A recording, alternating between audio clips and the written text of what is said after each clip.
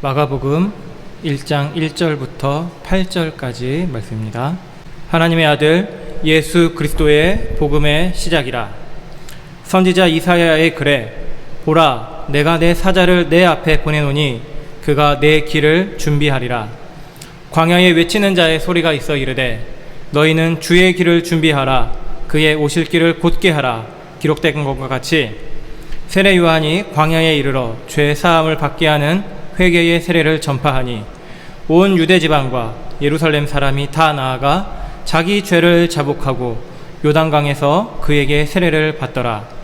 요한은 낙타털 옷을 입고 허리에 가죽띠를 띠고 메뚜기와 석청을 먹더라. 그가 전파하여 이르되 나보다 능력 많으신 이가 내 뒤에 오시나니 나는 굽혀 그의 신발끈을 풀기도 감당하지 못하겠노라. 나는 너희에게 물로 세례를 베풀었거니와 그는 너희에게 성령으로 세례를 베푸시리라. 아멘. 메시아 예수의 복음의 시작이란 제목으로 오늘 마가복음 1장 1절부터 8절 말씀을 살펴보고자 합니다. 여러분 모두 다 책을 살 때 가장 먼저 책 제목을 보실 겁니다. 제목은 그 책이 무엇을 말하려는지를 압축해서 보여줍니다. 그러니까 책에 제목이 없다면 아예 무슨 내용인지를 모르겠죠. 그래서 책을 만들 때 굉장히 고민을 많이 하는 부분 중에 하나가 제목을 뭘로 정할까? 어떻게 해야 사람들 눈에 잘 띄고 한눈에 이해가 되면서도 너무 진부하지 않고 고민을 굉장히 많이 합니다. 좋은 내용인 책도 많은데 제목을 좀 잘 못 져서 사람들이 별로 눈길을 주지 않는 책들도 많이 있습니다. 또 반대로 평범한 내용인데 제목을 정말 너무 잘 져서 사람들이 이 책 뭐지? 하고 이렇게 보게 되는 책들도 있습니다. 우리가 성경을 읽을 때에 1장 1절을 사실 좀 그냥 쓱 읽긴 하죠. 힘줘가지고 이게 무슨 내용인지 온 에너지를 집중해서 읽지는 않습니다. 근데 1장 1절은 생각보다 많은 의미를 담고 있습니다. 성경이 말하고자 하는 내용들이 생각보다 1장 1절에 꽤 많이 있습니다. 마가복음은 이렇게 시작합니다. 마가복음 1장 1절에 하나님의 아들 예수 그리스도의 복음의 시작이라. 그렇지. 하나님의 아들 예수 그리스도시지. 그분의 복음, 우리 복음서일지. 시작이구나. 이제 시작하는구나. 그리고 2절을 읽습니다. 그런데 마가복음 1장 1절이 사실 꽤나 중요합니다. 왜냐하면 마가복음이 어떤 책인가 이것을 우리에게 알려주는 제목이기 때문입니다. 1장 1절을 원문대로 읽으면 이렇습니다. 하나님의 아들 예수 그리스도의 복음의 시작. 네, 이것입니다. 무슨 차이가 있는가? 복음의 시작이라? 아니 그냥 시작. 내용을 압축해서 제시하는 것입니다. 마가복음 1장 1절은 잘 보면 마가복음의 제목입니다. 하나님의 말씀, 마가복음은 우리에게 무엇을 말씀하려고 하시는가? 1장 1절을 보라. 예수 그리스도, 하나님의 아들이신 예수 그리스도, 그분의 복음, 그것의 시작. 이것을 마가복음은 이야기한다. 그래서 복음이 무엇이냐 하면 마가복음은 이게 복음이다 라고 이야기를 해주고 있습니다. 물론 다른 세 권의 복음서가 더 있죠. 마태복음, 누가복음, 요한복음. 이제 마태, 마가, 누가가 공관복음이라고 불리는데 공통되는 관점입니다. 예수님에 대해서 공통적으로 나사렛 예수라는 호칭, 사람으로 오신 예수님, 이것에 대해서 주로 이야기를 하는 반면에 요한복음은 하나님이신 예수, 이것이 중점되는 관점입니다. 굉장히 웅장하게 시작하죠. 요한복음은 태초에 말씀이 계시니라 이 말씀이 하나님과 함께 계셨으니 곧 하나님이시라. 창세기를 연상시키는 시작을 합니다. 요한복음이 사실 굉장히 단어가 쉽습니다. 헬라어 단어도 기본 단어 300개 이상 하면은 요한복음을 읽어낼 수 있을 정도로 쉬운 단어인데, 그러다 보니 사람들이 처음 새신자한테 어떤 복음서를 먼저 읽히느냐 하면은 보통 요한복음을 먼저 권유를 합니다. 일단 단어가 너무 쉽고 읽는데 별로 어렵지 않다고 느껴지기 때문이죠. 하지만 실제로 설교라든지 해석이라든지 이런 부분에서 가장 어려운 복음서 요한복음입니다. 단어는 쉬운데 그 안에 담겨있는 의미가 너무 깊어서 그렇습니다. 저한테 만약에 예수님에 관해서 알고 싶으면 무슨 복음을 가장 먼저 읽을까요? 저는 주저없이 마가복음 읽으세요 라고 얘기할 겁니다. 이 마가복음이 오랫동안 거의 사람들한테 관심을 못 받아왔습니다. 마태복음 맨 처음에 있고, 누가복음은 역사적 기록, 요한복음은 해석의 신비로움, 마가복음은 뭐지 이건 그냥 뭐 마태복음은 압축판인가 그렇게 여겨질 정도로 사람들이 별로 관심을 가지지 않았는데, 사실 예수 그리스도가 어떤 분이시냐 가장 역동적으로, 활동적으로, 그리고 아주 원색적으로 우리에게 그려줍니다. 이 마가복음이 시작하는 단어가 시작입니다. 일반적으로 시작은 어떤 일이나 행동이 처음 나타나거나 활동하는 시점, 단계를 말합니다. 그래서 수업 시작합니다, 공연 시작합니다, 예배 시작합니다 이러면 이제 비로소 뭐가 이루어지는구나, 그렇게 우리가 이해를 하죠. 근데 이 시작에 해당하는 헬라어 아르케라는 단어가 있습니다. 요한복음에도 호 아르케, 태초에 이렇게 사용이 되는데, 마가복음에서의 아르케 조금 다릅니다. 마가복음의 아르케는 시작은 시간의 순서 시작이 아니라 기초, 근본, 핵심이라는 의미가 더 적절합니다. 그래서 1장 1절을 이렇게 읽을 수 있습니다. 하나님의 아들 예수 그리스도의 복음의 기본, 이것이 기본이다, 이것이 골자다. 그래서 복음이 무엇이냐 분명하게 가장 말해주는 책 마가복음입니다.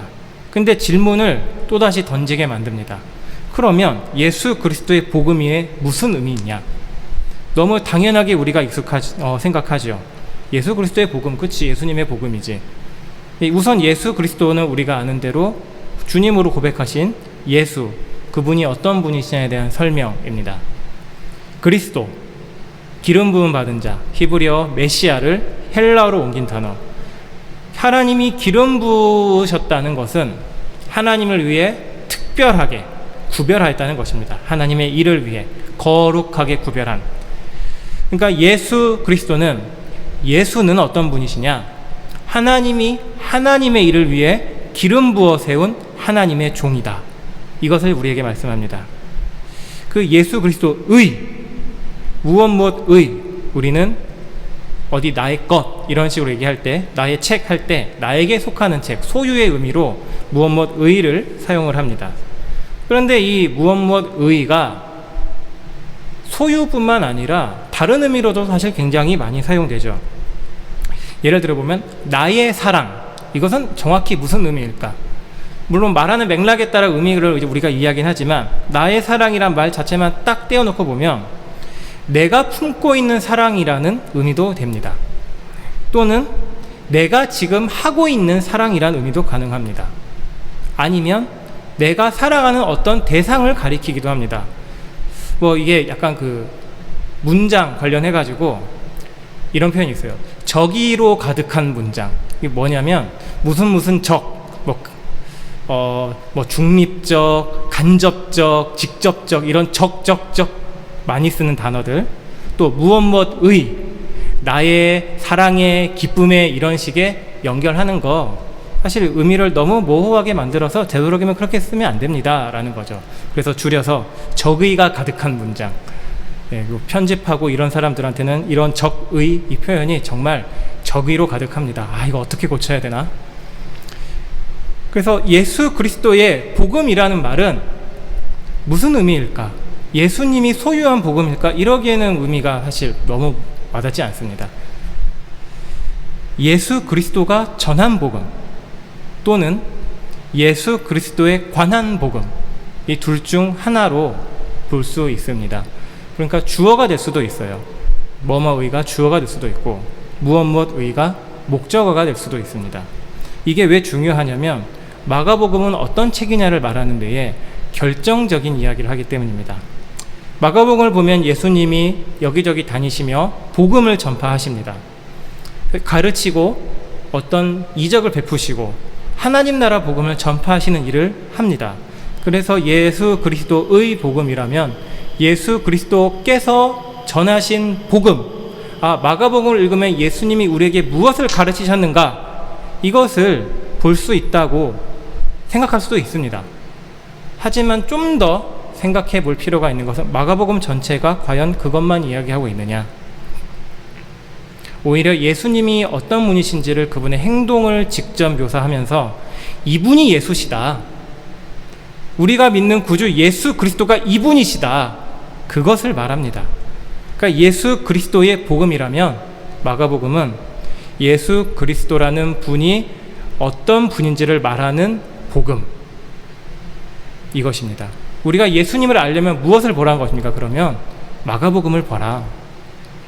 그리고 우리가 굉장히 너무 자주 익숙하게 사용한 단어 있습니다. 복음이라는 말. 오히려 너무 자주 사용하면 의미가 퇴색합니다. 명확한 의미를 우리가 별로 신경 쓰지 않고 말하다 보니까. 이 교회에서 복음이라는 얘기하면 구원, 하나님 베푸신 구원, 우리가 유앙겔리온, 굿뉴스라고 얘기하죠. 좋은 소식, 구원의 좋은 소식, 이렇게 우리가 이해를 합니다. 그러니까 복음이라고 말하면은 우선 일단 의미 절반은 먹고 들어간다, 대충 무슨 의미겠구나, 그렇게 지레짐작으로 넘어가게 됩니다. 근데 우리가 기억해야 될 것은 성경은 20세기에 쓰여진 책인가? 그렇지 않습니다. 1세기에 쓰여진 책입니다. 2000년 전 사람들이 사용하던 단어를 우리가 과연 그렇게 이해할 수 있는가? 이 유앙겔리온, 영어로 에반겔리온, 굿뉴스라는 단어는 이 당시 사람들은 굉장히 다른 맥락으로 사용을 했습니다. 우리가 예수님에 관한 이야기, 좋은 소식으로 사용하는 것이 아니라 너무 일상적으로 사용하는 의미였어요. 가령 예를 들어서 아이가 태어났어요. 이게 유앙겔리온입니다. 좋은 소식, 기쁘죠? 옆집에 아이 태어났대요. 그리고 옆집에 할아버지가 병이 나았대요. 좋은 소식이고, 가족이 여행 멀리 장사를 갔다가 돈을 많이 벌어왔대요. 이런 걸 가리키는 너무나도 평범한 단어가 복음입니다. 좋은 소식이구나. 그런데 이 당시 1세기는 로마 제국이 지중해 전체를 지배하던 사회였습니다. 로마 제국 사람들이 가장 듣고 싶어하는 소식이 무엇이었을까? 황제에 관한 소식입니다. 우리 로마 제국을 지탱하는 신적인 신의 위엄을 가진 통치자, 황제가 태어났다, 황제의 생일이다, 황제가 즉위한다, 황제가 나가서 전쟁에서 승리해왔다, 이것이 좋은 소식이라는 겁니다. 그러니까 유앙겔리온, 복음, 굿뉴스라는 얘기를 딱 들으면 우리는 예수 그리스도를 먼저 떠올리지만 이 당시 사람들은 황제에 관한 이야기인가 보다, 그렇게 생각하는 겁니다. 그런데 이 황제에 관한 단어를 누구에게 쓴 것이냐? 예수 그리스도, 그분의 유앙겔리온, 그분의 복음이다 씁니다. 그러니까 마가복음 1장 1절은 사실 굉장히 충격적인 내용을 우리에게 제시합니다.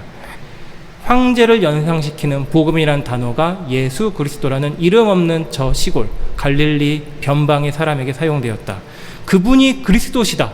하나님, 신이 기름 부어서 신의 일을 맡긴 사람이다. 그분에 관한 좋은 소식을 전한다. 이것이 마가복음입니다. 그러니까 마가복음을 처음 읽었을 사람들은 우리는 황제의 이야기가 좋은 소식이라고 생각했는데 그게 아닌가 보다. 우리 지금 갖고 있는 생각과 전혀 다른 생각을 먹어야 된다. 그래서 선택하는 거죠. 예수 그리스도의 복음을 듣고 그분의 좋은 소식을 좋은 소식으로 받을 것인가, 아니면 여전히 황제의 좋은 소식을 좋은 소식으로 붙들 것인가. 선택의 문제가 주어지는 것입니다. 이런 엄청난 제목 다음에 구약의 예언이 마가복음 1장 2절과 3절에서 이렇게 이어집니다. 마가복음 1장 2절 3절에 보면 선지자 이사야의 글에 보라, 내가 내 사자를 내 앞에 보내노니 그가 내 길을 준비하리라. 광야에 외치는 자의 소리가 있어 이르되 너희는 주의 길을 준비하라. 그의 오실 길을 곧게 하라. 네. 선지자 이사야의 글로 예언을 인용을 합니다. 그런데 이 부분에 숨어있는 인용이 세 개 있습니다. 출애굽기 23장 20절, 하나님께서 이스라엘의 광야길을 인도할 사자를 이스라엘 앞에 보내실 것이라는 약속이 있고, 말라기 3장 1절은 이렇게 말씀합니다. 만군의 여호와가 이르노라, 보라 내가 내 사자를 보내리니 그가 내 앞에서 길을 준비할 것이요 또 너희가 구하는 바 주가 갑자기 그의 성전에 임하시리니 곧 너희가 사모하는 바 언약의 사자가 임하실 것이라. 여호와께서 여호와의 사자를 보내십니다. 언약의 사자 앞에 여호와의 사자가 먼저 옵니다. 그 여호와의 사자가 하는 일은 이스라엘이 사모하는 주 언약의 사자가 올 길을 하나님 앞에 예비하는 것입니다. 언약의 사자가 오셔서 무슨 일을 할 것인가? 말라기 3장 2절부터 5절까지 나와 있는데 여호와의 날을 이루십니다. 이 날은 이스라엘이 사모하는 날인데 악인을 심판하시고 하나님의 백성을 정결하게, 의인을 정결하게 하시는, 하나님의 의인을 위해 직접 여호와께서 신원 갚아주시는 날입니다. 그리고 마지막 인용 구절이 이사야 40장 3절 말씀입니다. 이사야 40장 3절은 외치는 자의 소리여 이르되 너희는 광야에서 여호와의 길을 예비하라, 사막에서 우리 하나님의 대로를 평탄하게 하라, 이렇게 예언을 합니다. 이사야는 40장 이후부터 분위기가 완전히 바뀝니다. 바벨론 포로들의 귀환, 회복에 관한 예언으로 끝까지 이어집니다. 이스라엘은 하나님의 백성이라고 하면서도 실패했죠. 하나님의 백성답게 살지 못했습니다. 스스로를 의인으로 여겼지만 하나님 앞에 악했습니다. 언약을 어겼고 죄에 빠져서 하나님은 언약대로 이스라엘을 바벨론의 포로로 넘기셨습니다. 그 포로로 잡혀갈 때 어느 길로 갔느냐면 페르시아, 바벨론, 지금의 이라크 땅, 그리고 그쪽으로 가는 광야길을 통과해서 갔습니다. 하나님은 그리고 이사야 선지자를 통해 예언하신 것이 그 광야길을 통해 다시 포로들이 돌아오게 될 것이다. 이 광야에서 지금 일어나고 있는 일이 이것입니다. 여호와의 사자가 선포한다. 주가 오는 길을 예비하고 있다. 이 여호와의 사자가 누구냐? 그가 세례 요한입니다. 마가복음 1장 6절은 세례 요한의 행색에 대해서 이렇게 묘사합니다. 요한은 낙타털 옷을 입고 허리에 가죽띠를 띠고 메뚜기와 석청을 먹더라. 옷차림을 보면 낙타 털로 만든 옷, 털옷을 입고 허리에 가죽띠를 띠었다. 이것을 들으면 엘리야를 사람들은 떠올립니다. 말라기 4장 4절에서도 여호와의 크고 두려운 날, 여호와께서 악인을 심판하시고 의인을 신원하실 여호와의 날이 이르기 전에 선지자 엘리야를 보낼 것이다 예언하였습니다. 그 선지자 엘리야가 와서 무엇을 하냐면 아버지의 마음을 자녀에게로, 자녀의 마음을 아버지에게로 돌이키는 일을 합니다. 실제로 엘리야의 사역을 요약하자면 열왕기상 18장 36절과 37절의 말씀으로 요약할 수 있습니다.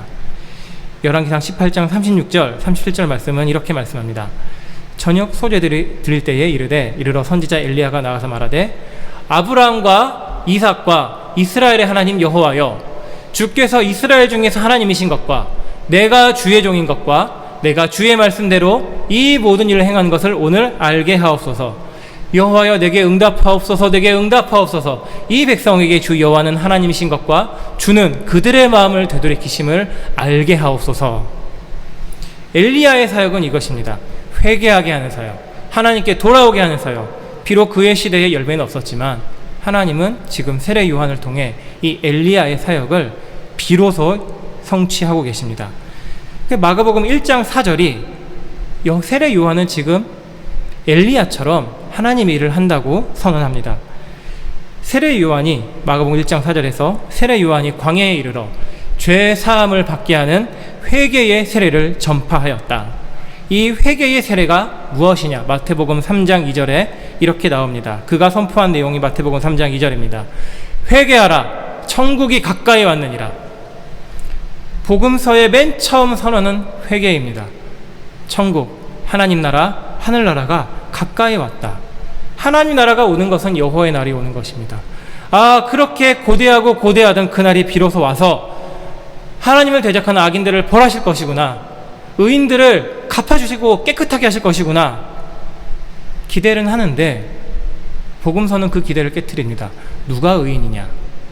누가 하나님께 의인이냐?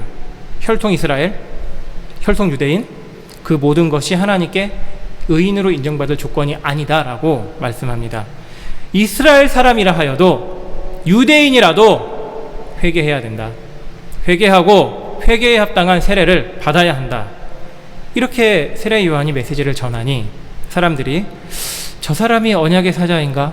말라기에서 예언한 언약의 사자 메시아인가? 세례 요한은 이 생각을 단호하게 끊어버립니다. 마가복음 1장 7절에서 7절과 8절에서 이렇게 말씀합니다. 그가 전파하여 이르되 나보다 능력 많으신 이가 내 뒤에 오신다. 나는 굽혀 그의 신발끈을 풀기도 감당하지 못하겠노라. 나는 너에게 물로 세례를 베풀었거니와 그는 너희에게 성령으로 세례를 베푸시리라. 나는 아무것도 아니다. 내 하는 사역은 내 뒤에 오실 분에 비하면 먼지만도 못하다. 오직 한 분, 나는 그분을 위해서만 지금 이 회개의 세례를 베풀 뿐이다. 하인으로도 불릴 수 없는 미천한 자가 나다. 그러니 너희들은 그분을 기다려야 한다. 내가 지금 물로 베푸는 이 세례가 완전하지 않다. 그분이 베푸시는 성령의 세례를 받아야 한다. 그분이 성령으로 세례를 베푸실 것이다. 무엇이 성령 세례인가? 성령으로 세례를 베풀다는 것은 무엇인가? 하나님이 하나님의 영을 하나님 백성에게 부어주시는 사건입니다. 에스겔 36장 25절에서 27절이 이 성령 세례에 관해 이렇게 말씀합니다. 맑은 물을 너희에게 뿌려서 너희로 정결하게 하되, 물 세례죠. 곧 너희 모든 더러운 곳에서와 모든 우상 숭배에서 너희를 정결하게 할 것이며, 또 새 영을 너희 속에 두고 새 마음을 너희에게 주되 너희 육신에서 굳은 마음을 제거하고 부드러운 마음을 줄 것이며, 또 내 영을 너희 속에 두어 너희로 내 율례를 행하게 하리니 너희가 내 규례를 지켜 행할지라. 하나님이 영을 베푸신다고 약속하셨습니다. 누구에게 하셨냐? 포로로 귀환할 바벨론, 지금 바벨론에 포로돼서 귀환할 사람들에게. 하나님은 바벨론 포로를 버리지 않으셨죠. 좋은 무화과 나무처럼. 무화과가 정말 상처가 쉽게 난다고 하더군요. 제가 무화과를 썩 그냥 생각이 없어서 그런가 보다 했는데, 읽을 때마다 조금 하면은 상처가 나서 그냥 바로 흠이 생겨서 썩어버리는, 그러니까 좋은 무화과를 얼마나 애지중지 보존해야 되는지 하나님이 그렇게 보존하시고 지키셔서 하나님의 백성으로 새롭게 하실 것이다. 그 바벨론 포로들은 광야를 통해 돌아옵니다. 지금 세례 요한은 광야에서 회개의 세례를 베풉니다. 이 광야에서 비로소 여호와 하나님께서 약속하신 언약의 사자가 오실 길이 열렸습니다. 이분이 누구시냐? 세례 요한이 오실 거라고 얘기한, 말라기 선지자가 예언한, 이사야 선지자가 예언한 그분이 누구시냐? 메시아 예수시다. 그러니까 메시아 예수께서는 황제와 같은 위엄, 오히려 황제보다 더 높으신 위엄을 가지신 분인데, 그분은 광야를 통해 오십니다. 황제들은 잘 깔린 도로에 마차 타고 말 타고 들어와죠. 개선문 지나고 환호성이 있습니다. 아름다운 궁정에서 내가 승리하였다 선포합니다. 하지만 그 로마 황제가 전했던 로마의 평화, 얼마나 기만적입니까? 폭력으로, 거짓으로 짓밟아서 이루는 평화. 하지만 예수 그리스도께서 예수 그리스도에 관한 좋은 소식은 이런 로마 황제가 절대로 할 수 없는 소식입니다. 새 출애굽의 소식. 이스라엘이 광야길을 통해 출애굽하였던 것처럼 바벨론 포로가 광야를 통해 다시 새로운 출애굽으로 귀환하여 회복됐던 것처럼, 지금 하나님은 메시아 예수를 통해 나는 이제 새 출애굽을 이룰 것이다. 비로소 완전한 출애굽을 이룰 것이다. 이것이 너희에게 전할 복된 소식이다 말씀하시는 겁니다. 우리는 어떤 소식을 듣고 싶어 하나요? 가장 듣고 싶어하는 소식 다 똑같을 겁니다. 코로나 얼른 끝나면 좋겠다. 코로나 바이러스가 사라질 것 같지는 않습니다. 코로나라는 바이러스 종류가 워낙에 많아서 흔하게 감기 걸리는 것도 다 옛날부터 있던 바이러스인데, 그 중에 좀 이번에 변이도 쉽게 생기고 감염도 쉽고 또 중증으로 가는 빈도도 높아서 사람들이 경계하죠. 그러니까 이제 백신도 빨리 사람들이 많이 맞았으면 좋겠고, 집단 면역도 생기면 좋겠고, 얼른 마스크 안 쓰고 다니면 좋겠다. 얼마 전에 비 온 다음 날 제가 아무도 없을 때 주변에 잠깐 마스크 벗었는데 너무 상쾌했습니다. 그 공기 마시고 싶었는데 마스크 써서 내 입냄새 나는 공기밖에 못 마시고 있는 이 답답한 상황에서 얼른 마스크 벗었으면 좋겠다. 코로나 끝났으면 좋겠다. 우리는 그런 좋은 소식 바라고 있습니다. 또 이런 상황에서 도쿄올림픽 1년 연기돼서 결국 열렸습니다. 열리네 마네 했다가 열렸으니 우리나라 선수들도 참여하게 됐고 좋은 소식 바라고 있을 겁니다. 시차가 똑같다 보니까 밤새워서 경기를 본 일은 없겠지만 좋은 선수들이 승리의 소식 우리는 기다릴 거죠. 또 이런 코로나 상황 가운데서 우리 정말 열심히 살아가고 있습니다. 어떻게든 생계 유지하려고 대출을 받아서라도 어떻게든 생계를 유지하고 그래서 지금 코로나 끝났대. 사람들이 여행 많이 다니고 놀러 많이 다닌대. 돈 많이 쓴대. 그럼 이제 좀 장사 좀 될까? 우리 주머니에 돈 좀 들어올까?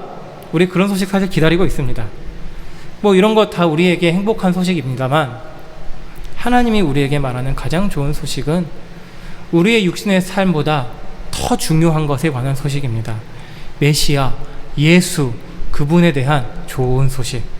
세상이 줄 수 있는 소식이 아니죠. 세상이 찾고 싶다고 찾을 수 있는 소식이 아닙니다. 황제가 줄 수 있는 소식, 그것은 일시적인 것일 뿐입니다. 하지만 하나님이 주시는 이 소식, 메시아 예수에 관한 소식, 이 좋은 소식은 영원토록 만세토록 하나님이 우리의 영혼을 위해 주시는 출애굽의 소식입니다. 세상의 주관자 황제는 결국 죽습니다. 하지만 메시아 예수는 지금도 살아계셔서 우리에게 복음의 소식으로 계속 우리에게 증거되고 계십니다. 이 소식이 전해지는 곳을 우리는 기억해야 합니다. 광야입니다. 광야입니다. 우리의 안락한 자리가 아니에요. 우리가 편한 자리가 아닙니다. 광야는 불편한 곳입니다. 모래먼지 날리고 죽음의 흔적이 있는 곳입니다. 두려운 곳입니다. 우리의 외적인 환경이 광야처럼 우리를 굉장히 메마르고 힘들게 할 수도 있고, 사실 어쩌면 우리들은 마음 상태가 더 광야 같을 수도 있습니다. 너무 황야처럼 건조해. 이대로 사는 게 사는 건지 모르겠어. 하나님이 나를 사랑하시는 건가? 내가 하나님께 바른 믿음 가진 것인가? 이런 고민도 하고, 때로는 과연 믿음이 무슨 필요 있을까? 때로는 그런 회의도 들고, 그런 자리, 낮아지는 자리, 괴로워하는 자리, 아무도 찾지 않는 그 자리에서 하나님은 메시아 예수에 관한 좋은 소식을 우리에게 들려주십니다. 우리는 참 신기합니다. 안락한 곳에서는 하나님을 별로 찾지 않습니다. 편안한 곳에서는 하나님을 별로 생각하지 않습니다. 그렇지만 내가 비참하다고 느껴질 때, 내가 정말 아무것도 할 수 없구나, 무력하다고 느껴질 때, 그때 비로소 눈을 들어 하나님을 보게 됩니다. 다윗에게 찾아왔던 사람들 있죠. 환난 당한 자들, 빚지고 원통한 자들, 엔게디 광야에 있던 다윗을 기어이 찾아와서 함께 했던, 근데 그곳이 하나님 나라가 이루어지는 곳이었던 것처럼, 우리의 정말 너무나도 죄악된 모습이 있다면, 부족한 모습, 그것을 가지고 우리는 광야의 자리에 서 있어야 되는 것입니다. 그 광야에서 하나님이 우리에게 요구하십니다. 회개, 하나님께로 돌이키는 것. 그리고 우리가 정말 낮아지면 자연스럽게 우리의 죄를 먼저 떠올리게 됩니다. 하나님, 내가 죄가 많습니다. 나에게 이렇게 하나님을 생각하지 않았던 죄가 많았습니다. 하나님께로 돌이킵니다. 그렇게 하나님께 낮아진 마음으로, 세례 요한의 외침처럼 하나님의 외침, 회개하라는 그 말씀을 우리가 들을 때에, 그 말씀대로 우리가 회개하고 돌이킬 때에, 하나님은 너희가 새 출애굽의 새로운 백성이다, 우리에게 말씀해 주십니다. 내가 예수 믿은 지 오래되었어도 내가 과연 예수 잘 믿고 있는 것일까? 이대로 예수 믿는 게 맞는 걸까? 예수 너무나도 모르는 것 같다. 이런 우리에게 하나님이 좋은 소식 들려주시길 기대합니다. 마가복음을 통해 메시아 예수, 그분을 봐라. 그분이 너에게 얼마나 좋은 소식인지를 보아라. 그 예수 그리스도를 만나는 자리로 나아오라. 지금 하나님 우리를 마감을 통해 불러주십니다. 세상의 만족과 기쁨의 자리를 벗어나야 하는 것입니다. 여전히 우리는 생활을 해야 되죠. 일터에 나가고 가정에서 쉬기도 하고, 그렇지만 언제라도 우리는 내가 있는 이 자리가 광야가 되는 것을 염두에 둬야 합니다. 그럴 때에 우리는 하나님을 사모할 수 있습니다. 낮아진 마음이어야 하나님을 찾게 됩니다.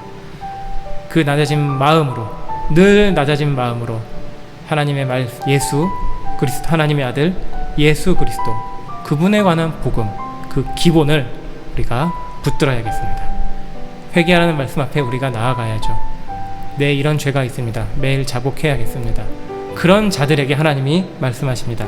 메시아 예수의 복음의 근본, 기본 깨닫게 해주시는 것입니다. 너희가 예수 그리스도로 말미암아 구원받은, 하나님의 새 출애굽으로 하나님의 영을 받은 하나님의 백성으로 새롭게 된다. 그 메시아 예수에 관한 하나님의 좋은 소식 우리가 듣기를 소망하며, 날마다 하나님의 백성된 의로운 모습으로 주님 따라가는 은혜를 누릴 수 있게 되기를 바랍니다. 기도하시겠습니다. 거룩하신 하나님, 전능하신 하나님, 세상 모든 것을 주관하시는 하나님, 그 하나님께서 아무도 생각하지 못했던 곳, 광야, 그 길, 낮은 자리에서 우리에게 메시아 예수 그리스도의 복음의 좋은 소식 들려주시기를 원하고 계시다는 것, 마가복음을 통해 우리가 나누었습니다. 하나님, 우리 있는 자리, 광야의 자리같이 힘들고 어려울 때에 저희가 눈을 들어 주님을 찾으면 하나님이 말씀해 주실 줄로 믿습니다. 위로해 주실 줄로 믿고 이 회개하고 예수 그리스도의 복음으로 나아오게 하시는 도전을 주실 줄로 믿습니다. 예수님을 바로 알기 원합니다. 우리의 심령이 예수 그리스도의 복음으로 새로워지기 원합니다. 새 출애굽하는 백성으로 하나님의 영으로 충만하기를 원합니다. 우리가 하나님 앞에 낮은 마음으로 광야의 자리를 두려워하지 아니하고 하나님께 나아가 메시아 예수의 복음의 기본 날마다 깨달으며 주님 쫓게 하여 주옵소서. 예수 그리스도의 이름으로 기도드렸습니다.